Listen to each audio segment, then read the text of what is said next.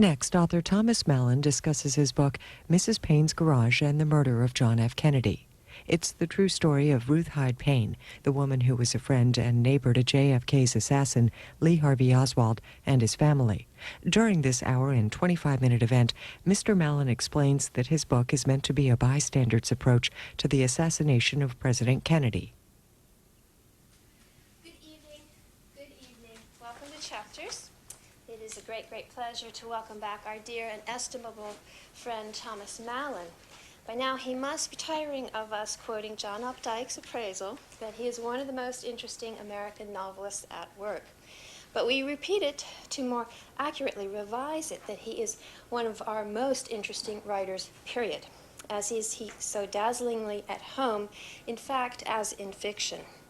And in the same way his marvelous novels illumine bystanders in American history, bringing them out of the shadows, so too with his stunning new work of nonfiction, Mrs. Paine's Garage.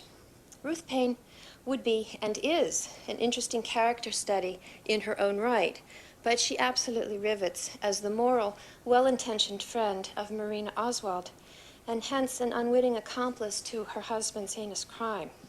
As Mr. Mallon explores the strands of coincidence and contingency in these lives, he most appropriately quotes and eloquently limns Goethe's Tree of Life in all of its fascinating implications. Please welcome Thomas Mallon.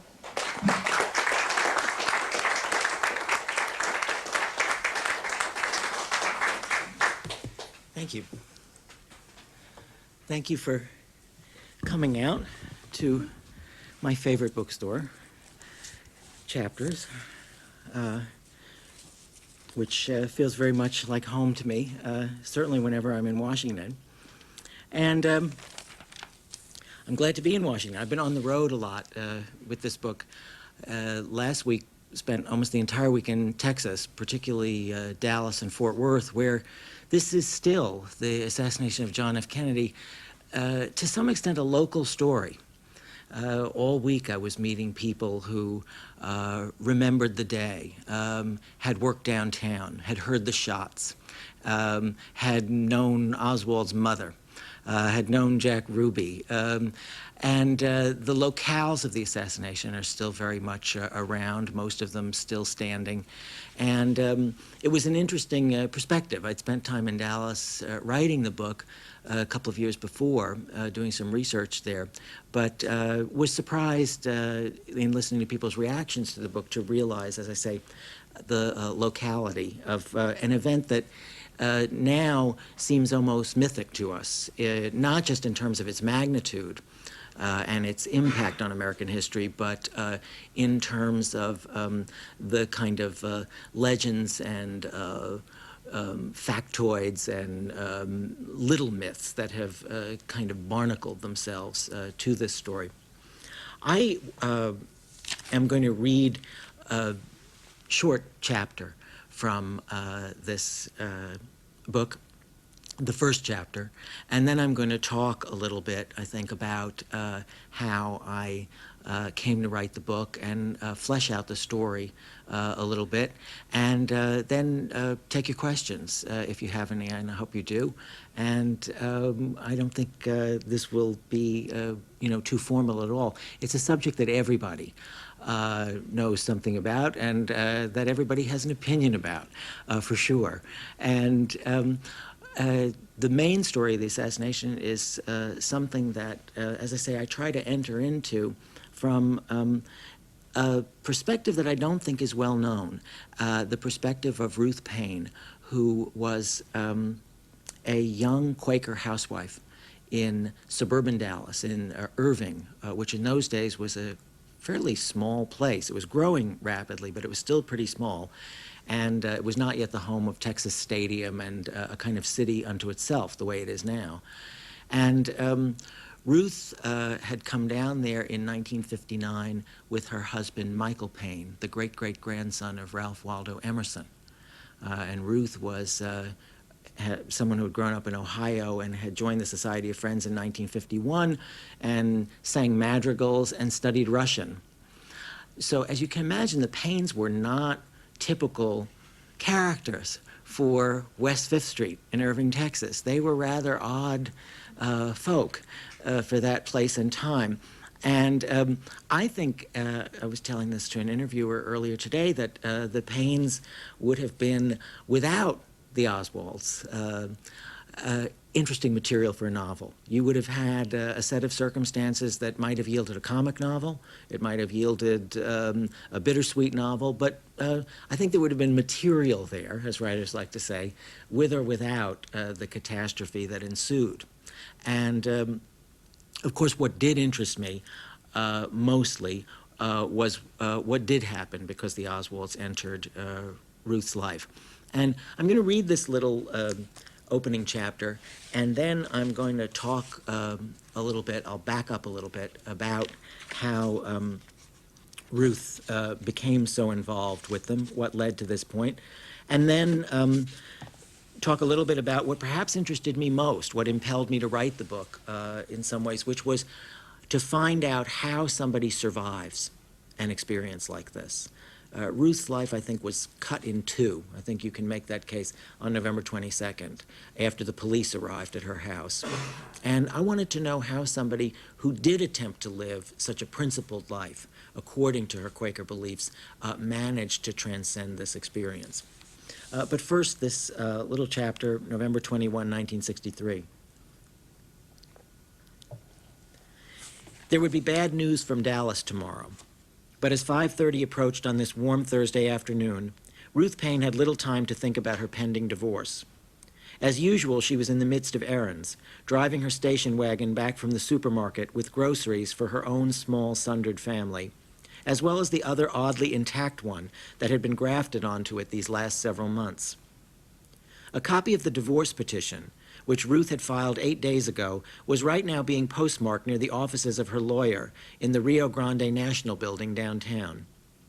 The dated facts in it, that she and Michael had been married on December 28, 1957, in Pennsylvania, and produced 2 children, Lynn, born 1959, and Christopher, born 1961, before separating on or about September 1, 1962, were more accurate than the supposed crux of the document, its declaration that her husband, now the defendant, had, quote, about 6 months before their said separation, commenced a course of unkind, harsh, cruel, and tyrannical treatment, of such a nature as to render their further living together insupportable.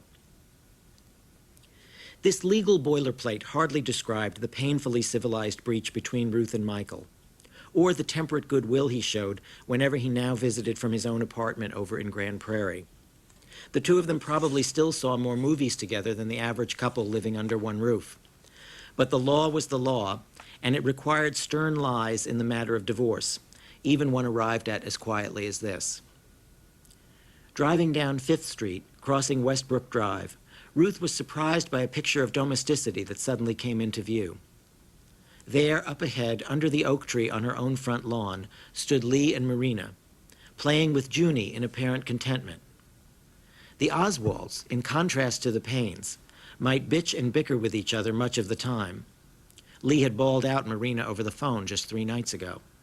But their own separation was partial, temporary, and economic. Most nights, Lee lived in a rooming house downtown on North Beckley, closer to the book warehouse job that Ruth had helped him get last month. Marina and Junie, and now 4-week-old Rachel, stayed here with her in Irving, joined by their papa on weekends, when the population of the 4-room house would swell to 7.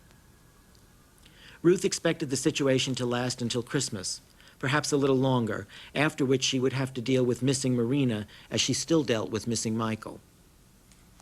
It was odd that Lee should be here tonight. He never came out before Friday, and never failed to call and ask permission before he made the trip. As soon as Ruth parked in the driveway, the garage was too full of the Paines and the Oswalds' things to house the car, Marina came over to apologize for her husband's unexpected presence. "That's all right," Ruth answered, in Russian, the only language Marina spoke, and the one in which Ruth herself, thanks to Marina's live-in presence, at last found herself becoming fluent. Ruth also spoke Russian to Lee, and as he entered the house, on his way to the kitchen with some grocery bags, she greeted his helpful gesture with the news that had so many local people excited in one way or another.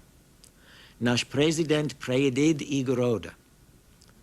Almost 40 years later, Ruth Paine remembers him responding with no more than an uninflected da, a sort of verbal shrug, most accurately translated as, yeah. And yet, despite his evident indifference, she knows that Lee Oswald had understood her to say, "Our president is coming to town."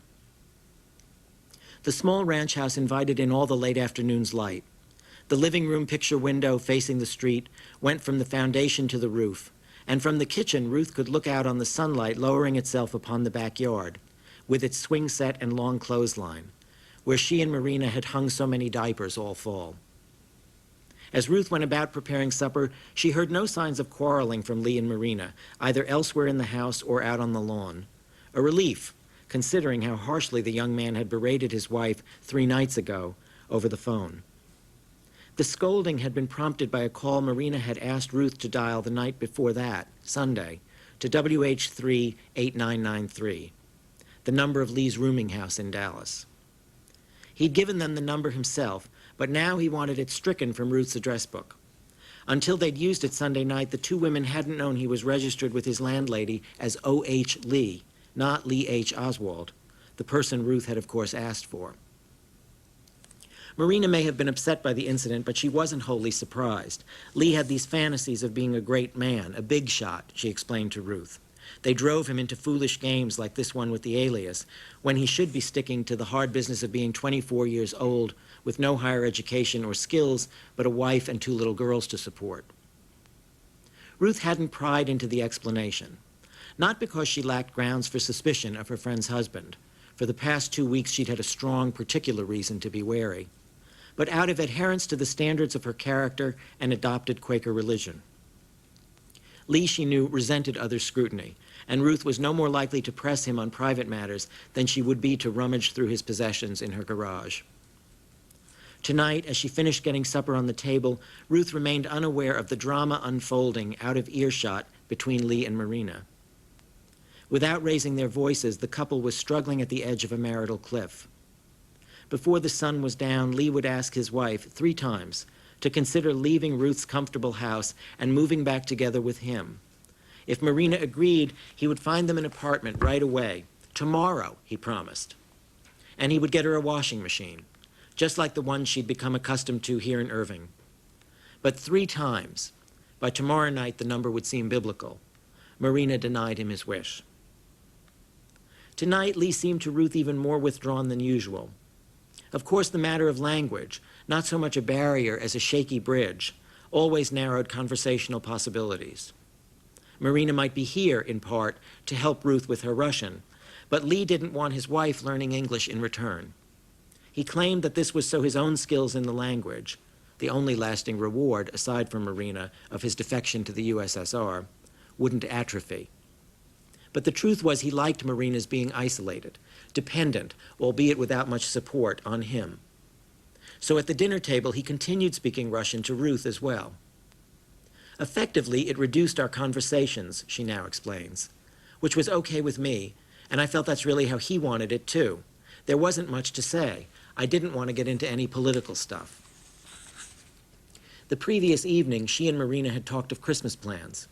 Ruth had the idea of building a playhouse for the children, and it would be safer to return to that topic tonight than to speak of current events. Ruth wished she could go into Dallas to watch the president's motorcade tomorrow morning. 3 months ago, when visiting her sister in Washington, she had squandered a chance to hear Martin Luther King speak near the Lincoln Memorial. But even so, she knew it was better not to try getting a glimpse of John F. Kennedy. I thought it would be fairly crowded. There always are questions of where do you park and how do you take care of the kids when you go in. So she and Marina would stay home, though even today, 40 years later, she says with a sigh, I thought it would be nice to see him. Once the dishes were done, Ruth still had to prepare a bottle for Chris, read him and Lynn a story, and get both children settled down for the night in the rear bedroom they shared with their mother. Lee and Marina were free to continue their negotiations in the front bedroom or the living room. 9 o'clock would arrive before Ruth was at last able to work on a much more modest project than the potential playhouse, lacquering some toy blocks she had made for the children. As soon as she entered her garage through the door connecting it to the dinette, its clutter came into view. Someone had left the light on. The 100-watt overhead bulb threw the larger objects into relief against the white-painted walls. Ruth immediately got the feeling that Lee had been out here, probably just a little while ago when she had been tending to the children. Marina, brought up frugally, and despite Ruth's attempts to make her feel at home, mindful of being a guest, always remembered to turn off the switch after coming for any of her things. Ruth threaded her way through the jumble in search of the varnish, along with Michael's drill press, some old tires, and a deep freeze, whose top she would use for a work surface. The garage housed the table saw on which she had recently cut the blocks. Boxes with Lee and Marina's possessions rested between it and 2 chests of drawers. Nearby was a blanket roll, belonging to the Oswalds, that Michael had had to move a couple of times when he came to work with his tools, as he still did on his visits.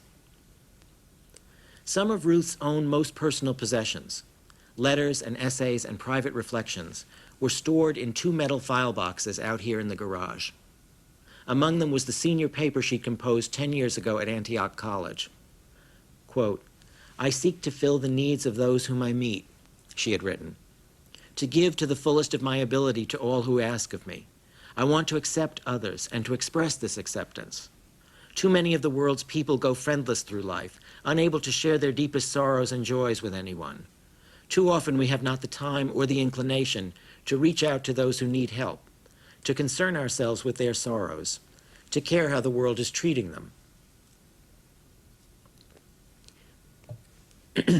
I seek to lead a life that will never be so full of activities that I will be unable to take time to meet the immediate needs of those around me." Yesterday, she had driven Marina to the dentist. Today, they'd gotten Junie's TB test results from the clinic. For months, she had taken care not to let her kindnesses to Marina appear a usurpation of Lee's own role as provider, however intermittently he filled it. She wanted him to know that she got as much from Marina, the chance to hear and speak Russian, the companionship, as the other way around. Lee might be sullen and suspicious. If someone asked Ruth, truthfulness would demand the admission that she didn't much like him.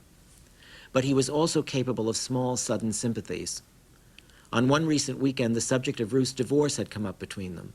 She'd been a little stunned to hear him say, with a certain real feeling, that this must be a hard time for her. Actually, without telling her, Lee disapproved of Michael Paine's seeming indifference to his own family.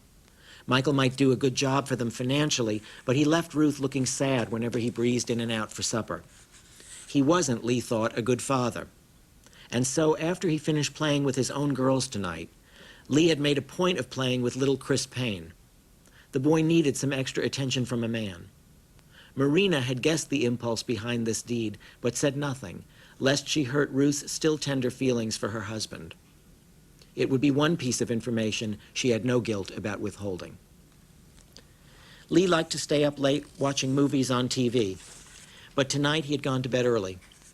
By the time Ruth finished with the blocks and stepped back into the house, only Marina was still up. The 2 women sat together on the couch, folding yet more laundry. And Marina told Ruth that Lee's unexpected presence tonight seemed motivated by a desire to patch up Monday night's telephone quarrel. Ruth asked for no further explanation, and Marina volunteered nothing more. Sometime between 11 o'clock and 11:30, before Marina retired to the front bedroom of this house that was never locked, the 2 young mothers said goodnight to each other. Ruth had not had an opportunity to say goodnight to Lee, but that was all right, since tomorrow was Friday, the start of the weekend, and she could expect to see him after he'd completed his day's work. Well, that eerie little introduction to the book, as I say, takes place on November 21, and it's my belief and the official belief of the investigative bodies assembled by the U.S. government, principally the Warren Commission, that the real reason for Oswald's unexpected visit that night, the real reason he was out in Irving on Thursday instead of on the weekends, was to come out and pick up his rifle. And that rifle was in Ruth's garage, and that's what he was out doing that caused him to leave the light on. And it struck me as a very poignant moment when I visited Ruth almost 40 years later, and she told me all about this. And she told it to me on a Saturday. Ruth ultimately spent more time with me than she spent with the Warren Commission. You can't imagine how glad she was to see the back of me in the summer of 2000. But the day after we had talked about that night, she took me to a Quaker meeting where she now lives in St. Petersburg, Florida. And my first realization, as I sat through the first Quaker meeting I'd ever been to in my life, was that I would make a terrible Quaker for any number of reasons, ideological probably, and otherwise, not the least of which is that I couldn't believe that I had to sit there and be quiet for an hour, during this silent meditation. Michael, Ruth's ex-husband, was a Unitarian, and the great-great-grandson of Ralph Waldo Emerson, as I think I mentioned. And Michael once said that he might have become a Quaker, might have joined his wife's faith if the Quakers had music in their service, but that was too much. And for me, the lack of talk was sort of the last straw. It was quite astonishing, although they were a most impressive bunch of people.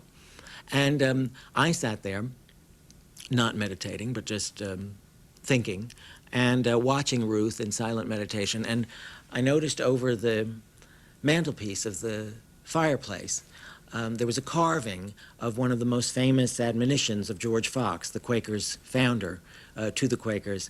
The three words, "Mind the light," meaning seek the light that God endows you with and seek the light in other people. And of course, all I could think of after the previous day's conversation was, oh, if only. You had somehow thought, how odd, which you did think, but had, perhaps gone in and said, Lee, are you looking for something?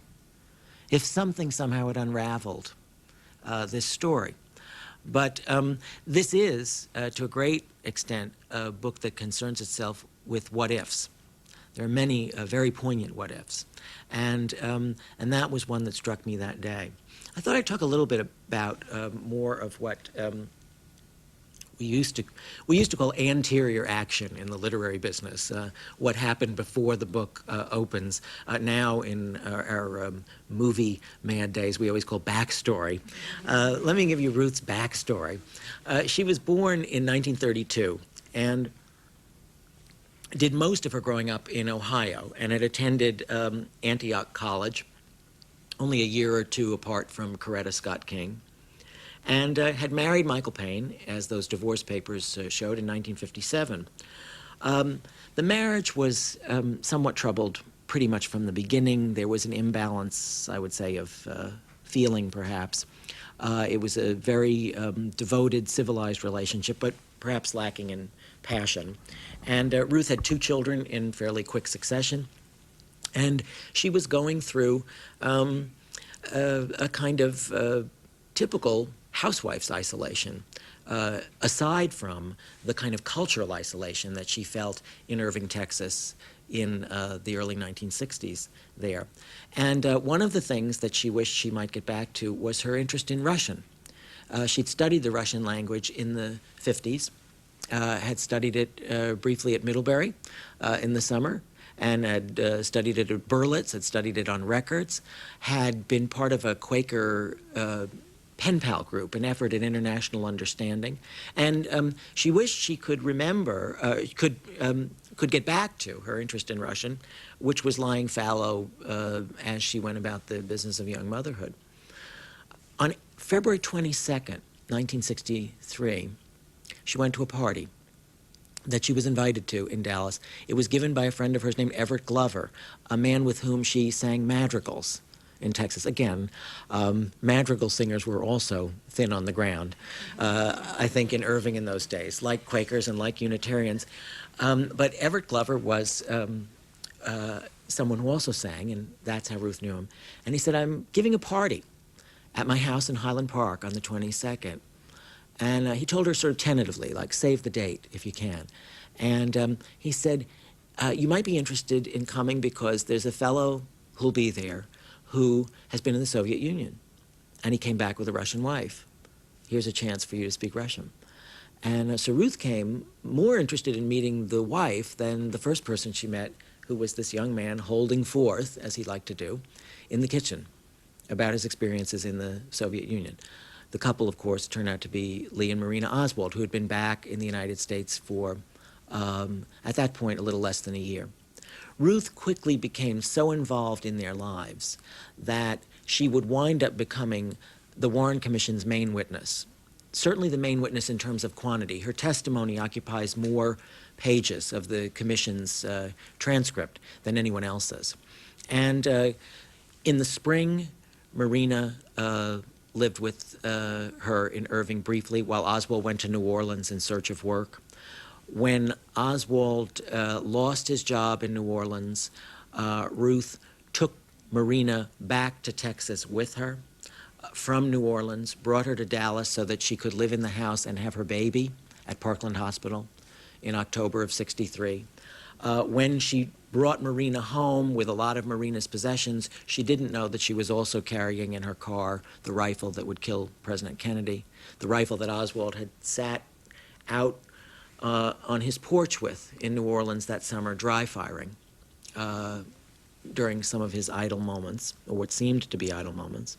All that fall, Marina lived in the house all the time. Oswald took the rooming house room on North Beckley to be closer to the book depository job because he couldn't drive. Ruth tried to teach him to drive. And Oswald was not necessarily the most likely candidate to be recruited to a conspiracy to kill the president by anyone. He had a very strong will, but he also lacked many basic skills. And Ruth attempted to teach him to drive. A year later, when testifying before the Warren Commission, she would come in one morning and say that she would like to amend testimony that she had given the day before. Something was bothering her, really bothering her conscience a bit, that she had neglected and omitted, really. And the commissioners sort of leaned forward, wanting to know what revelation this could be. And she told them that, well, when I taught Lee to drive in that supermarket parking lot in Irving, I let him drive the car from the house, the few blocks to the parking lot, and he didn't really have a learner's permit, and I know that that was illegal and I shouldn't have done that. And the commissioners, I think, sighed with disappointment, but I think that gives you a very good indication of the kind of person Ruth was then and is now. Oswald arrived back prior to taking that room in the rooming house on October 4th. He had been to Mexico City. He had tried to get a visa to go to Cuba. The Cubans didn't want him. The Russians hadn't wanted him. And he came back from Mexico City quite defeated, really with his tail between his legs. The story was that he had been job hunting in Houston, but in fact he had been to Mexico City. But he arrived back in Dallas on October 4th, and he asked if Ruth, he called up the house, Marina answered, and Oswald asked if Ruth could come down and pick him up at the bus station, and Marina said no, because Ruth has just given blood at Parkland Hospital, given blood against the delivery of our baby. Later this month, the baby was going to be delivered without much charge to this couple who really had virtually no money between them, and the hospital suggested that it would be nice if a friend would donate blood in exchange, informal exchange for this kind of service.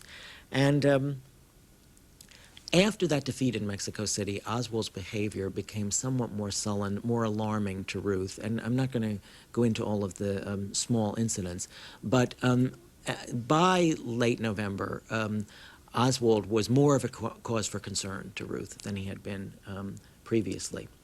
And, but still not enough of a concern that Ruth was inclined to cease dispensing kindnesses toward this couple.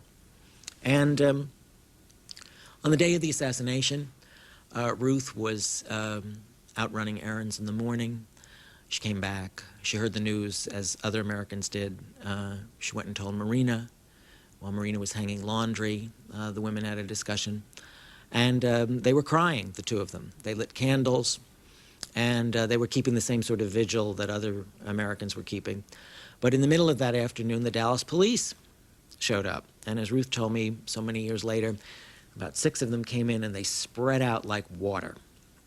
And without a warrant, they began scooping up any number of things the Paines owned.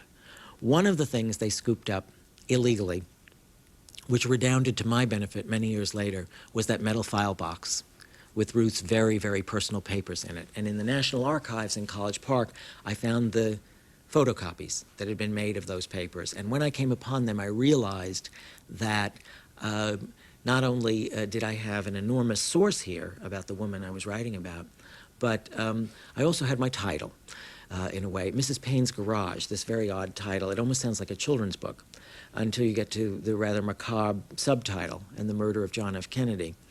And I chose to call it that because to me the garage was the epicenter, in a way, for the collision. I think that's mixing physics metaphors. I guess collisions don't have epicenters, but it was where you could see the collision between good and evil, which was one of the things I wanted to write about. Oswald's rifle, which in some ways was the secret to him, wrapped up in that blanket, only feet away from these very open-hearted writings by this very truthful woman who would see her kindnesses backfire. And the police show up. They ask of Marina, does your husband own a gun? Ruth translates the question. Marina says yes, to Ruth's astonishment. They go into the garage. They see the blanket roll, which Marina indicates is where the gun was usually kept. They're relieved to see the blanket roll, thinking, well, at least it's still here, until one of the officers leans down, picks it up, and it falls limp over his arm. And at that moment, Ruth's life, I think, was cut in two.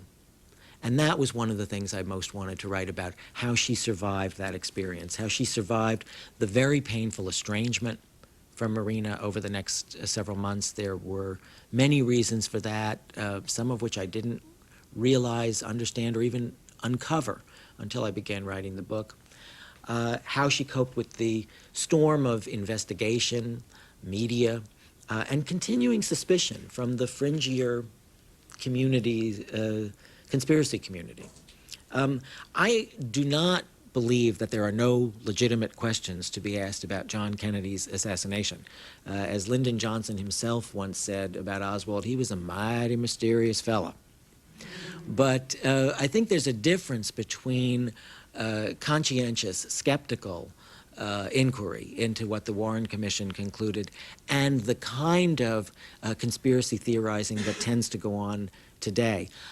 A portion of this book of mine is about what I would call the culture of the Kennedy assassination as it enters the 21st century, the way in which the assassination is still warred over every day on the internet, on news groups devoted to the subject, news groups that receive about 3,000 postings every month and are full of the farthest out theories, vendettas, angry exchanges, wild pedantry of one kind or another. That's one of the venues. And there are also annual conferences, one of which I lurked at in Dallas in November of 2000, and describe in this book as sort of a cross between an MLA convention and a gathering of Trekkies. And the theories that are spun are farther and farther out. And as the years go by, there's a certain mindset that believes the farther you get away from Dealey Plaza on November 22nd, 1963, the farther you get away from that event in time and space, the more likely you are to find the answer to what happened there. You know, you have to go back, oh no, to the 1940s. You have to go back, oh no, you know, to other cities where the plot was hatched. And it's very extraordinarily Baroque. And that was one of the things I wanted to write about too. But mostly this is a narrative that follows Ruth Paine through her later years, her enmeshment in Jim Garrison's investigation, which was probably rock bottom in terms of American criminal inquiries. Garrison was a marauder over people's civil liberties and was justly forgotten for a long period until he was resurrected by Oliver Stone in the movie JFK. one of the most preposterous pieces of filmmaking. Opinions will differ, I know. Believe me, I know. One of the most preposterous pieces of filmmaking ever to be issued to the public. And Garrison, this really terrible figure, suddenly turns into Jimmy Stewart or, Kevin Costner, a kind of bargain version of Jimmy Stewart, Don't forget your dying king. It's an unbearable movie. Ruth owns it. It's in her house in St. Petersburg, and it's still in its shrink wrap on her shelves, I noticed. Somebody gave it to her. And Oswald Stone doesn't even have the courage to use her real name in the movie. She appears as Janet Williams. And she likes to tell people that's about as true as the rest of the movie, as far as she can see. And then, as I say, the book, it takes a lot of odd twists and turns. And it was researched in any number of places, the archives, more than anywhere else in St. Petersburg, with Ruth in the present day, listening to her recollections. Back in Dallas, I went into that house, the house I was describing in that first chapter. It's still very much the way it was back then. The kitchen looks very much the way it does in the picture on the cover of the book. Those knotty pine cabinets are still there. The double sink where Oswald left his cup of instant coffee that morning is still there. The clothesline that Marina was hanging clothes on when the news was coming is also still in the backyard, and it still has children's clothes on it. The couple who live there now still use it. And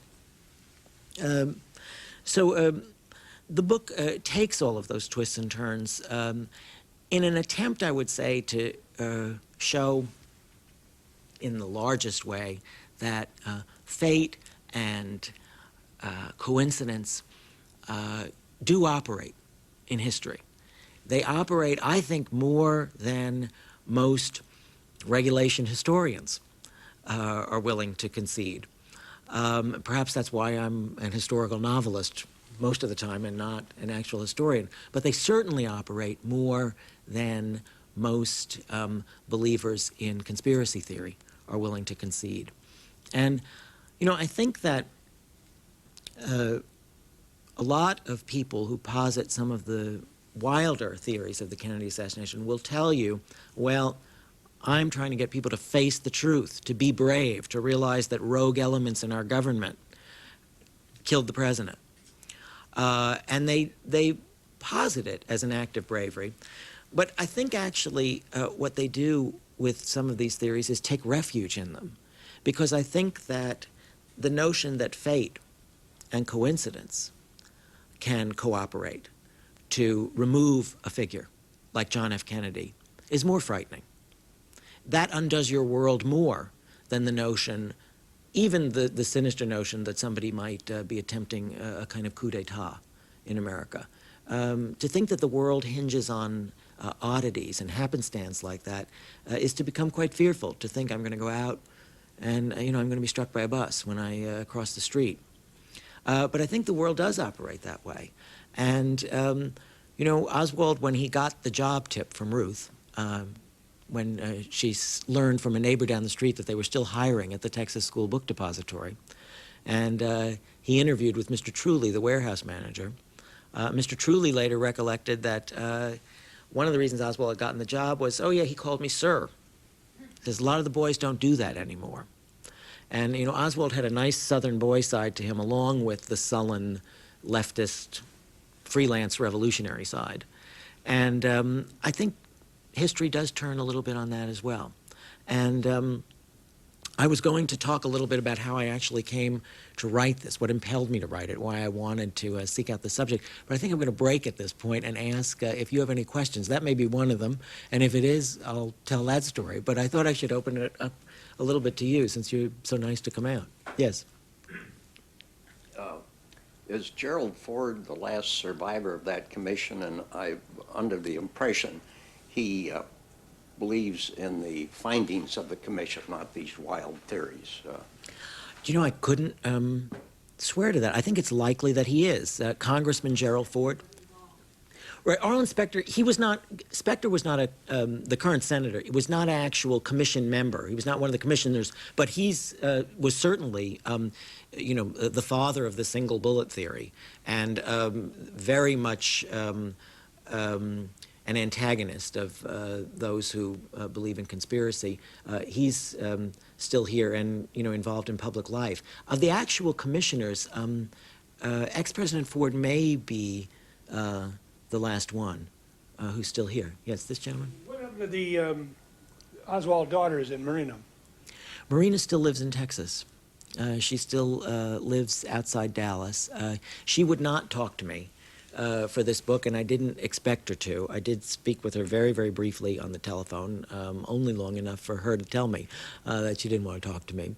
But many of the central characters, well, actually, there are very few central characters left, but a number of the characters are still down there. Oswald's brother is still down there in Texas. Ruth and Michael remained in Texas, remained in this little house for 7 more years. Michael came back, and they sort of gave the marriage another go for several years. He moved back in pretty much out of solidarity, although he moved back in partly. The immediate reason was because his landlady threw him out. A lot of people in Dallas in November of '63 suddenly realized how much they'd loved John F. Kennedy when they'd been excoriating him for a number of years. And Michael's neighbors in the apartment he was living in Grand Prairie didn't want him in the building anymore. And so he went back, but also to help Ruth out. I don't think the way media culture operates today that would have been possible. I mean, one of the things I talked about with Ruth is, think about this if it had happened today instead of in the early 60s. You would have had helicopters overhead. You would have had Geraldo Rivera on your doorstep. You would have had those, satellite trucks with the Tesla coils or whatever they are in front. I don't think you could have stayed there. Whereas on Friday night, the night of the assassination, Ruth and Michael come home from the Dallas City Jail, where they've been with Marina, Oswald's wife, and Marguerite, Oswald's mother. And they return to the house, and the only people who find them are a reporter from Life magazine and a freelance photographer, the man who took this picture the following morning. And they asked, can we come back tomorrow morning? And Ruth said, yes, you can. And they went to sleep for the night. I don't think that would have happened, in today's media culture. So that's another aspect to the book as well, I think, the kind of then versus now aspect, which was very much on my mind. Having lived through this event as a child, I was 12 when the president was assassinated, and I was interested in it from the very beginning. I think I was aware of Ruth Paine, her name, who she was, within weeks, and wound up really having a continuing interest in the assassination, and also really a kind of lifelong interest in seeing history through the role of what might be called bystanders. A lot of my fiction has operated that way, and this book, which is nonfiction, grew out of a novel of mine called Henry and Clara that I had published in 1994, and that was the story of the couple who were in the balcony with the Lincolns on the night of the assassination. And it was the publication of that novel, or the writing of that novel really, that revived my interest in the story of Ruth Paine, which I'd been aware of as somebody who had bought a lot of the early books about the Kennedy assassination with his high school allowance. I prepared for my interviews with Ruth. I started off rereading William Manchester and Jim Bishop, and I realized, I could see some of the books would say things like "property of Tommy Mallon," because I'd bought them in 1967 or whenever they'd first come out. And Ruth herself said to me, "You've been preparing for this all your life." She said something like that to me, and I realized that in a way it was true. And it took her a while to agree to cooperate with this book. I first approached her in 1995 when, about a year after Henry and Clara had been published, and she very politely and gently said no. I had asked her only to cooperate with a magazine article, which is all I thought this was going to be. And it was, a portion of the book appeared in another form in the New Yorker early last December. And that's all I really went down to talk to Ruth for, but it grew as my interest sort of diverged from her into some of these other subject areas that I've been talking to you about. But she did initially in '95 say no, and we kept up a kind of tenuous correspondence for several years. I saw her on a few occasions, once in New York, a couple of times in Florida. We exchanged letters. We did not speak of the assassination, except maybe once or twice, and those times quite briefly. Tantalizingly to me, but quite briefly. And then in the summer of 1999, on a Sunday afternoon, I got a phone call one day at my house in Connecticut from Ruth, and she told me that she thought she might be willing to undertake what I had in mind. And I have connected that in some ways to the death of John Kennedy Jr. that summer, which affected her a lot, and I think had perhaps something to do. She never quite said yes, never quite said no when I asked her this question, but I think that had something to do with her willingness to go through what I was asking of her, because once she agreed to do this, she said, well, how much time do you think you'll need? And I think to her horror, I began, talking in terms of, well, let's see, the first 2 weeks in June would be good. And I think she realized that I wasn't going to breeze in and out of her house. But I must say that once she agreed to do this, she was a dream as a subject, because there was no... we didn't engage in any kind of stop and start, as you sometimes do with journalism subjects. She didn't put up mini roadblocks, after the initial consent had been given. In fact, I remember a number of times her saying to me about one question or another, well, you're the writer, which are perhaps the three favorite words that anybody doing journalism can ever hear from a subject. And she would point me to another source. She would tell me where some papers I wanted to look at might be found. And so for that, I'm tremendously grateful. And, it's always in the details. It's always in the documents, always in the details, the little bits and pieces. I think the same thing that makes me want to see history from the point of view of the bystander, the minor character. The first essay of any size that I ever published was called A Boy of No Importance, and it was about the office boy in the offices of Oscar Wilde's publishers. And this office boy had testified against Wilde at the trials. And that was my way of seeing that very big event in literary history and in the history of gay rights, the Wilde trial, to see it from that minor perspective. And that sort of followed me all along. But that same mindset makes me more interested, I think, when I'm looking at documents with the minor things. That first scene that I read, that little chapter, the reason I know that the first sentence of this book is there would be bad news out of Dallas tomorrow, but Ruth couldn't be thinking about her divorce now. She had too much on her mind. And so, and of course we know, the reader, with our post-knowledge, that the bad news is going to be the assassination. But the bad news I'm talking about is the divorce, because she was in the thick of it. And one of the things I asked her was, when you first realized that the authorities were at the house on Friday afternoon, what was your first thought? What did you think they were there about? And she said, well, I remember seeing a Dallas County sheriff's car. And my first thought was that I was being served additional papers in connection with my divorce. And that's a response that sounds odd to people, particularly to those who are looking to find a reason for suspicion. And to tell you the truth, it sounded even a little odd to me when I heard it. And then I went through a cache of papers that Ruth has donated to Swarthmore College. And those papers, like that metal file box, were a kind of bonanza to me. And one of the things I found was a copy of the divorce petition that she had filed, that I mentioned, in her lawyer's offices.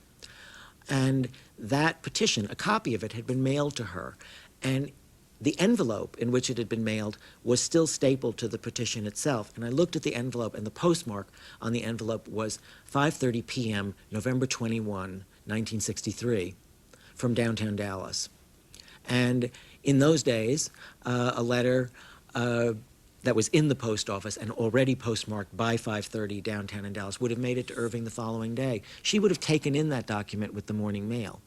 And I think that was something that she wouldn't even remember without the document. So it was natural that the divorce papers, the legal papers that would accumulate around the divorce, were on her mind that afternoon. There was also, among the documents, that little Hallmark calendar that she carried in her purse. My mother used to have one of them. They were a real fixture of life in the 50s and 60s, these little date books. And on February 22nd, 1963, that party I mentioned that she attended, you can still see the notation, and it says, Everett's, ? Everett Glover's. And the question mark was because he had made the invitation somewhat tentatively, like save the date. And, I could see her whole life hovering over that question mark, that date. That was the piece of fate that brought the Oswalds into her life. So all those habits of my mind, I think, interested me in her, as well as just, I think, what, however starry-eyed it might sound, what I would call Ruth's essential goodness interested me. I think literature addresses evil actually quite frequently. I think if you go into the biography section here at Chapters and the nonfiction section, you'll find an awful lot of stories of evil and nefariousness. But I think goodness makes us squeamish. I was never entirely comfortable around Ruth. However nice she was to me and however much I now consider her friend, I don't think I was fully comfortable around her because I was aware of myself as not a good person. Not an evil person, but a B- kind of person. And not somebody who's gone about living his life deliberately, as Thoreau, part of that intellectual lineage of the transcendentalist Paines did. I'm too preoccupied, and I felt flashy around Ruth. Yes, this gentleman. Could you expand on Lee Harvey Oswald's difficulties with the Department of Motor Vehicles and other, you said, basic life skills that he did not have? Well, he didn't have a license to drive and did not know how to drive. He had things that, I don't mean to say that, dismissively. For one thing, he was severely dyslexic. The degree to which he would have progressed, in his education, even if he had had the opportunity, I think was somewhat limited. I think what Oswald had more than anything else was a very strong will. It took, try to imagine, you're a very young Marine, you're just turning 20, and you get yourself to the Soviet Union in the fall of 1959 without much means, without much wherewithal aside from your own strong personal will. And then you get yourself back. And you, approach the same officials that you approached 3 years earlier when you were trying to stay in the Soviet Union. I think he had tremendous drives and tremendous compulsions, but I think they were essentially psychological. I firmly believe that if Nikita Khrushchev had come down Houston Street and Elm Street in 1963, say he had been here on a state visit and they decided to throw him a parade in Dallas, which would have been a rather odd idea, but if they had, I firmly believe that Oswald would have been inclined to shoot him from the depository window. I asked Ruth what she thought might have happened to Oswald if Ruby hadn't killed him, silenced him. I don't mean silenced him deliberately, but in effect silenced him. And Ruth thought that, he might have gone full-blown psychotic, was the... And Ruth, in her later life, trained as a psychologist. She was a school psychologist for many years, and she didn't offer that as a professional opinion, but that was the guess that she hazarded. But when Ruth talks of him to this day, for all the calamity he brought to the country and for all the sorrow he brought to her in her own life, Ruth still finds one is still struck by the way in which she speaks of him as a person. She still talks of him as a person who was difficult, whom she didn't much like, whom she was struggling to like more, but who had his kind sides, who did have an attachment to his wife for all of the problems and even the violence in that marriage, violence she didn't know about at the time, who was very devoted in his own way to his two little girls, his devochki, but who also had this terrible engine running and accelerating in him. And I'm convinced that's what brought him to do what he did the next day, not his politics. I think the politics in Oswald's case were driven by the psychology, not the other way around. You didn't say what happened to the two little girls. I'm sorry.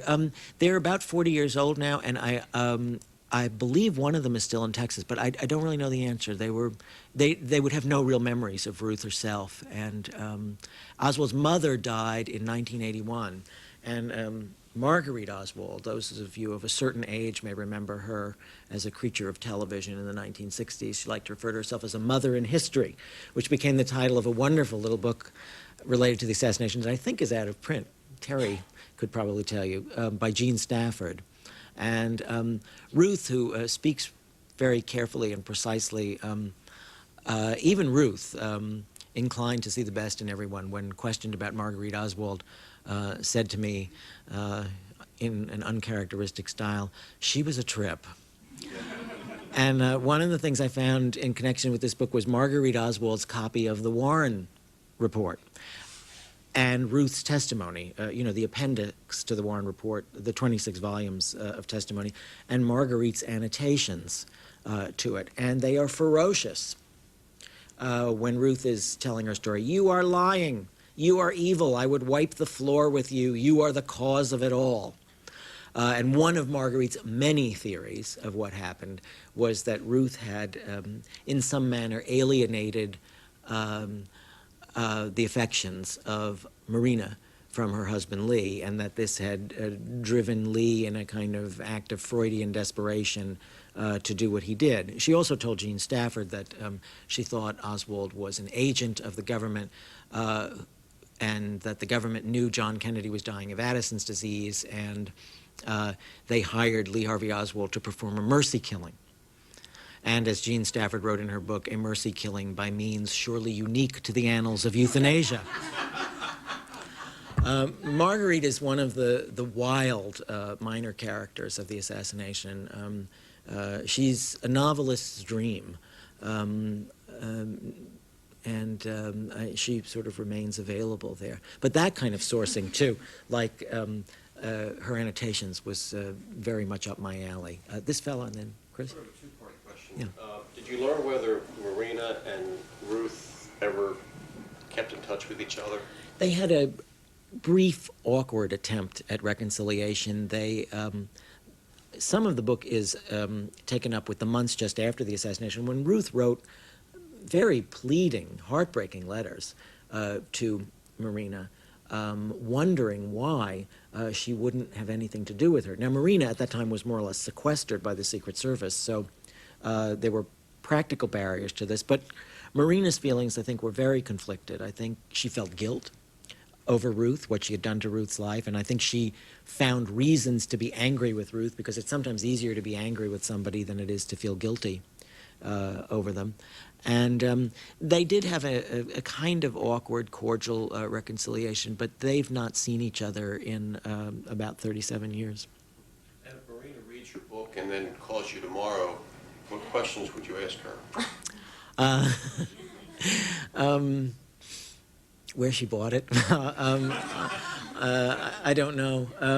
Be interesting. I mean, if she were willing to talk, I'd certainly ask her what she does think of Ruth and her memories. I certainly talk to people who have spoken to her in recent years, and the picture of her reaction to Ruth, the picture of her present-day feelings about Ruth is quite contradictory, and as such may be accurate. Her feelings may be mixed.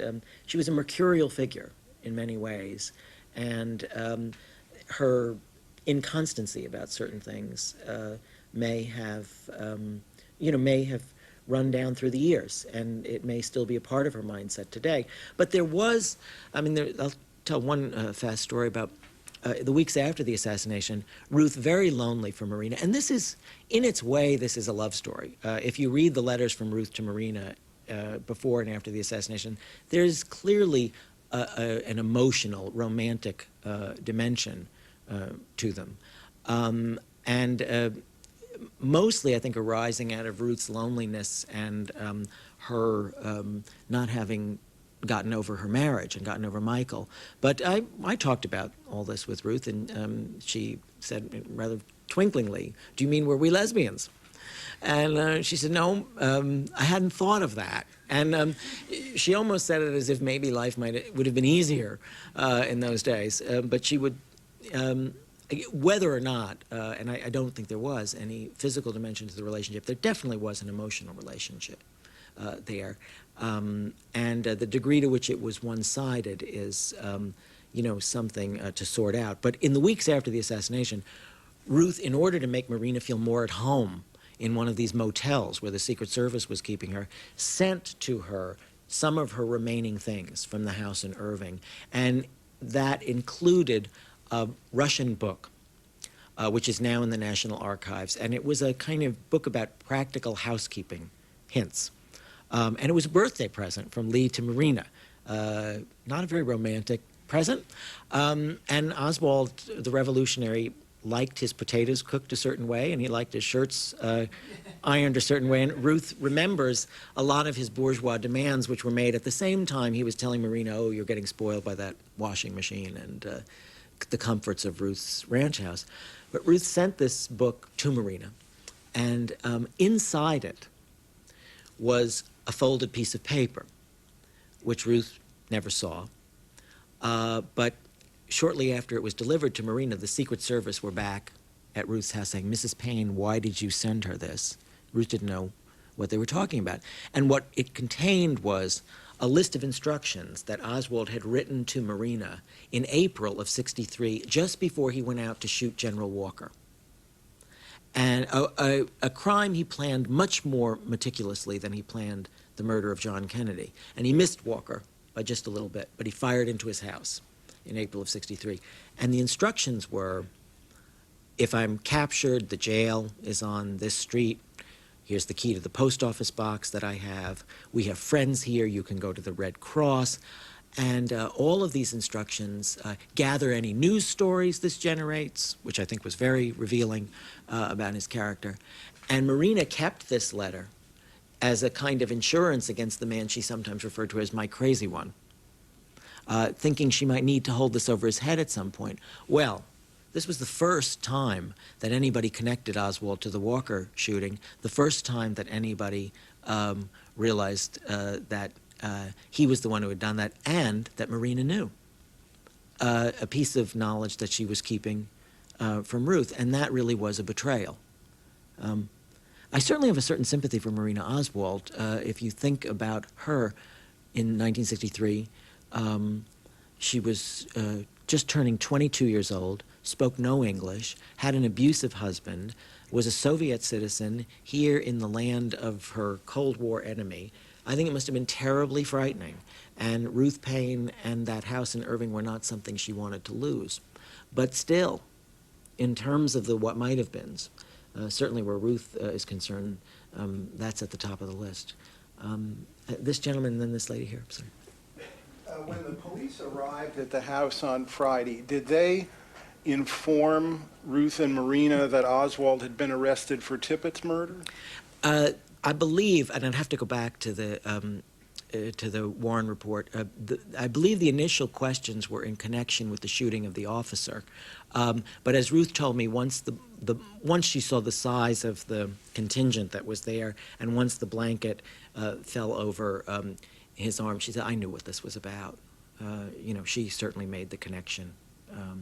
I'm sorry, this fella and then this lady here. Yes. I wonder, you describe Ruth very movingly as a compassionate person, as essentially good, and as someone who would take time out of her own routine to help other people on a daily basis. but at the same time she was unwittingly sheltering someone who had the capacity for tremendous evil. And I wonder if there's a way in which her compassion might have had a hole in it, a blindness towards asking hard questions of bad people. I mean, I consider myself sort of a B- C+ person, and I would have. I think I would have. Yeah. I can imagine if someone's in my house, I would have Yeah. asked. He was suspicious enough that you might ask some hard questions. Yeah. I think certainly, whatever you want to call that, whether it's naivete or whether it's being idealistic to a fault, whether it's seeking the light, minding the light to a fault in another person, I think it's a legitimate question to be raised. I think that it's one that she's lived with herself for a number of years, many years by now. And I think that the ordinary person would have been more suspicious of Lee Harvey Oswald than Ruth was. But one of the things I think that's very crucial and so sad about this story is a realization of how much information Ruth was lacking. In 1963, she did not know that the gun was in the garage. She did not know that the gun had been used to shoot at General Walker. She did not know that Oswald owned a gun, let alone that it was in her house. One thing that's much in dispute now is the famous photograph of Oswald brandishing a rifle and a pistol in 2 communist newspapers. I mean, the photograph has always been in dispute. And conspiracy theorists say it's a doctored photograph.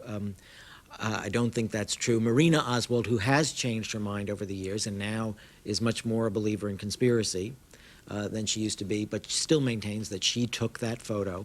But Ruth is a very sharp, intelligent person, and I think if she had looked at that photo, she would have known that this is not an ordinary photo. Of a hunter holding his rifle. For one thing, Oswald was a city boy. He wasn't much of a hunter. Wasn't any kind of a hunter.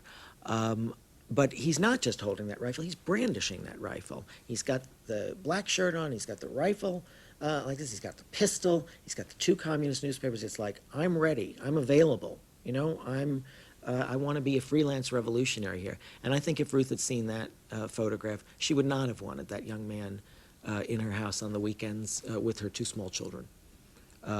Had she known that Oswald had shot at General Walker, I don't have the slightest doubt that she would have gone to the Dallas police. Yes, I'm sorry. What does she think of your book, and are you in touch pretty much now still? Yes, I mean, I should let her speak for herself. I think it's been a difficult emotional experience for her. I think she's been up and down on it, but on the whole, very generous in her response. I think there are things certainly in it that have made her uncomfortable. This is by no means her story as told to me. I'm not acting as the writer of her story here. It's her story as confided and then interpreted by me. I'm sure she doesn't agree with everything that I've got there. But on the whole, she's been very generous to me, and I do consider her a friend. Yes, and this gentleman, then should we probably wrap it up? Whatever your pleasure is. Did you interview Michael? I did.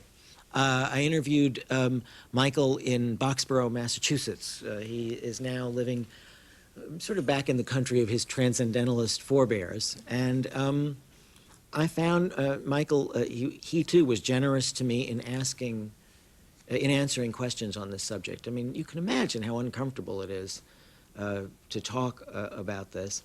And I found him gentlemanly, somewhat exasperating,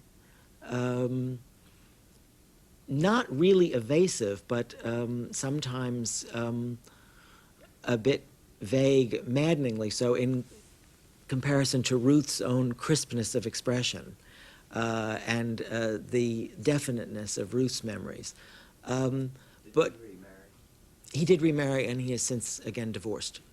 And but I am grateful to him as well, though, for for allowing me to talk to him and for allowing me to interpret, do my best to analyze the things he said and to come to conclusions that, I'm sure he does not agree with, at least all of them.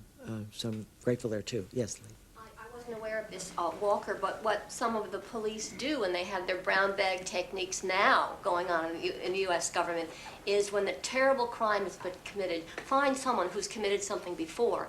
And with Mr. Garrison, when he was interviewing people, I have papers of this, I don't know, for 10 or 15 years ago, that 17 people died within a year or two. I mean, what is the coincidence? In politics, there are no coincidences. There's fate. What is a murder? And some people inside the government with top secret clearances said it was a setup by the government. So many people, legitimate people, did not believe in the Warren Commission. Oh, and I fully acknowledge that. I mean, I think the Warren Commission has very articulate, studious critics. I have profited from reading many things that they've written. But I don't think an alternate case to the Warren Commission's explanation has ever really been proved. And I think, I know what you're talking about, the list of mysterious deaths. Actuaries will examine that list and they will argue from the other side and say, in fact, the numbers are not statistically abnormal. The history of investigations of the assassination is a subject in itself, is very interesting. Ruth was initially very relieved to see the investigation move from the Dallas Police Department to the FBI. The FBI were much more respectful of her own rights and her own liberties, more respectful of evidence from her point of view, and that was a relief. The Warren Commission, she cooperated with fully, and to this day thinks did a creditable job, whatever gaps and whatever time pressures they might have been under. President Johnson certainly wanted that report out before the 1964 election, was released weeks before, and I think with a little more time, there would have been fewer gaps and perhaps embarrassments in it. The Garrison investigation takes the cake, though, and the chapter dealing with that is almost comical. When I asked Ruth about her adventures, Ruth is innocent. Ruth never hired a lawyer. She never had a lawyer. She would have had a media advisor in 2002. In 1963, she never hired a lawyer. She went before the commission without one. She never traveled to Garrison's grand jury. And there were people in Garrison's office who wanted to indict her. They were indicting people who had never met Lee Harvey Oswald. And she showed up, answered questions, came into Garrison's office, and Garrison decided he couldn't go with the side of his office that wanted to make her a part of this plot he was inventing. But he would go to the other side, and he would try to enlist her in his investigation. And he said, she sets the scene where he was sitting there drinking a can of Metrical. And she says, does anybody remember Metrical? And Ruth was starving. She'd gotten up early in the morning, taken a plane from Dallas to New Orleans, and he said to her, Mrs. Paine, we all love John Kennedy. It was as if he was rehearsing to be Kevin Costner. We all love John Kennedy. Search your memory, Mrs. Paine. Search your memory. And in effect he was saying, come up with something. Invent it if you have to. But give me something that I can use here. And, she really had nothing. And there was another person who worked in Garrison's office who took out that little Hallmark calendar I referred to and said, Mrs. Paine, we're very interested in these X's that are marked on this calendar. We see these series of X's here and there and there. We want to know what those X's mean. And she looked at him and she said, well, like many women, I like to keep track of my menstrual cycles. And she said he stopped that line of questioning right away. And so, again, to the human factor interested me a lot. Not just the human factor in terms of what Ruth endured because of the assassination and what motivated her to perform the kindnesses that she did in the months before it. That interested me, and interested me certainly, in terms of Oswald. I'm not at all convinced that Oswald fully decided to shoot John Kennedy until the moment he pulled the trigger. I think he may have changed his mind a half dozen times in the moments that the car was coming at him. And I think there are a lot of mysteries that are better explained by the mind rather than explained by the politics of the situation. And I mean, one of them is why didn't he shoot the president when the president was coming down Houston Street, right toward him? He had a longer, more leisurely shot than he did waiting for the car to make that hairpin turn onto Elm Street. I don't think he could bear to shoot John Kennedy full in the face through that 4-powered scope. I think it was easier to cross that threshold into that act of violence if it involved shooting the president in the back of the head. Was it Connolly's, the wound of Connolly experience, was that a deviation? They didn't shoot accurately? This is the single bullet theory, and I confess to being the last person you want to talk to about ballistics, probably. But the single bullet theory does hold that the first shot went through the president. The first shot to strike the president went through him and then entered Governor Conley as well. There are people who are still hoping to exhume the body of John Conley, which was buried with fragments of Oswald's bullet in, I believe, his wrist. And they believe that something can be proven ballistically by doing that. And Mrs. Conley and the Conley family have nixed that idea, I think, rather sensibly. But that's one of the business of why and when, I think, was something that kept fluttering in his mind until the very last moment. This gentleman here? When she helped get him the job at the school book depository, had the motorcade route been published at that point? No. It was weeks in advance of that. And again, all she really did was provide a tip. Again, it was a very kind of early 60s situation, having coffee with a neighbor down the street. And the neighbor, Linnie Mae Randall, said, you know, my brother is working at the depository, and I think they're still hiring there. And Marina took that information to Lee. And I think that, as I've said, the human drama in the story, in this very interesting cast of characters, with the Kennedys kind of hovering over them as these glamorous, rather dramatic icons, even then, before the assassination cast them into legend, is a very powerful focus for anyone's imagination. One more question, I think, and or one or two maybe, if you have them. Anybody here? This gentleman. Oswald get to Mexico, and why did he go there? And how could he afford it? He went by bus. He went by bus and came home by bus, and he had enough money from the jobs he had had in New Orleans in that time, and he was trying to get a visa to go to Cuba there. That was his purpose, but he didn't succeed, and he came home, and one of the things he did out in the garage was he brought home a Mexican peso, and he made a little necklace for Marina by using that drill press of Michael's. But again, it was another thing that was withheld from Ruth. She did not know that he had made that trip, and did not know that he was still, her hope was that he was settling into the business of being a responsible father, that he had a job, and that that was the kind of life he was going to lead from now on, and that he had, was not engaging in these kind of gestures that had brought him to the Soviet Union, say in '59, and that now made him want to go all the way to Cuba. So that was her. It was one more, again, piece of information that she was lacking. And this lady here. You have 2 other presidential assassinations to write about. Do you have any plans underway? This is positively my last book on the subject. This did grow out of the novel that was on the Lincoln assassination, and I don't know that anybody's ever written fiction about the Garfield or McKinley assassinations. Really? It's light in something. It's in paperback up in Buffalo. Right. Oh, really? About the McKinley? Yeah. Yeah.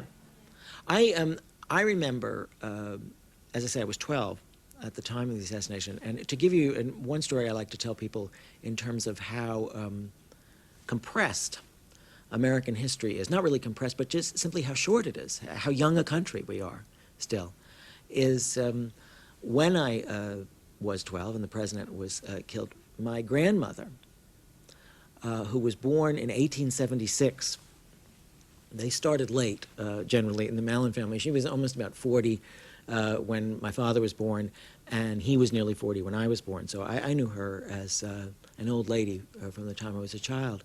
And she lived to be 97.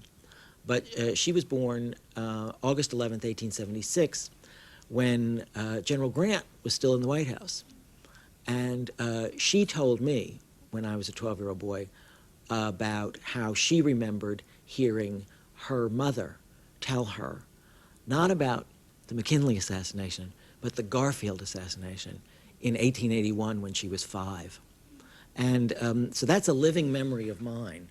And we are a young country. It doesn't take much to get all the way back. In that novel, Henry and Clara, Henry Rathbone, the gentleman who was in the balcony with the Lincolns on that night, and my protagonist, ended his days in a mental asylum in Germany and died in 1911.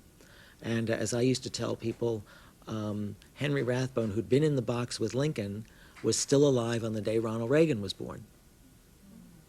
And that's really quite extraordinary. 2 steps to take you back to the Lincoln assassination. Why did Cuba reject him? I'm not entirely clear, but I don't think he really had anything to offer, you know? He did not get the visa he wanted, and there are many varying accounts of this, and I don't purport to be, you know, a scholar of that kind of thing. There are books you can read, obviously, on both sides of this enormous divide between what on the news groups they call the LNs, the lone nutters, who believe that Oswald, as the lone nut, you know, shot the president, and the CTs, the conspiracy theorists. And there's a body of scholarship on that question, and you know, many others that I would confess is beyond me. I tried to master the evidence of the assassination to a reasonable degree. But you know, I would have to say that the book is written from the premise that Oswald acted alone. I can't prove that to you. I can only say that that's the conclusion I've arrived at through not an investigator's study of the assassination, but a fairly zealous layman's study of the assassination. But I would definitely recommend other sources for those who are interested in knowing the basics, you know, of what happened. It was this human story that caught my mind, and I do think there are still new things to be learned about the assassination, and I learned them as I was researching Ruth's story. Okay, one more. Anybody? All right, this gentleman. What happened to the blanket roll? Did she? It's in the National Archives, and I've seen it. I was allowed to see it, and it's again, to what end? Why did I really need to see it? I wasn't out to prove that it was a different color from what people said, but it was the writer in me that needed to see it. And it had a peculiar brown-green geometric pattern, kind of like a bad Mondrian painting. And he probably, I believe it was of East German make. It probably came back with him from his time in the Soviet Union.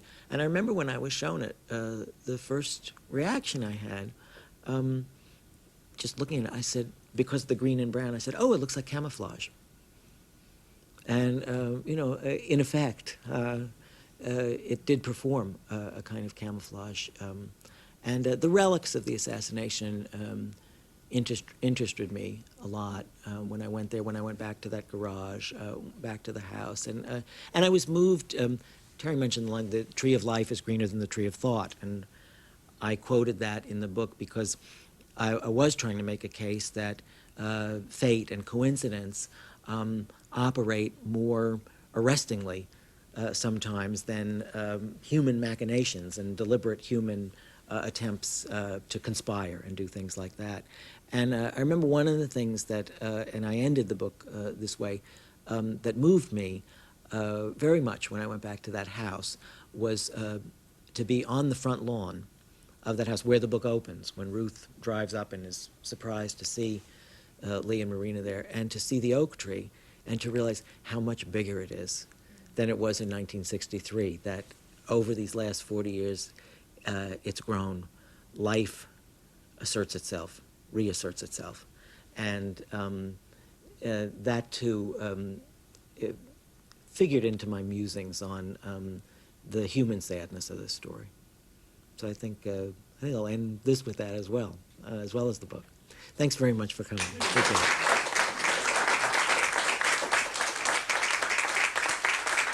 Thank you. Thanks.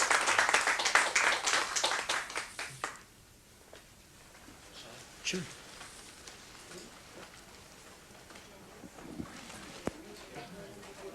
Sure. Just signatures, right? Sure.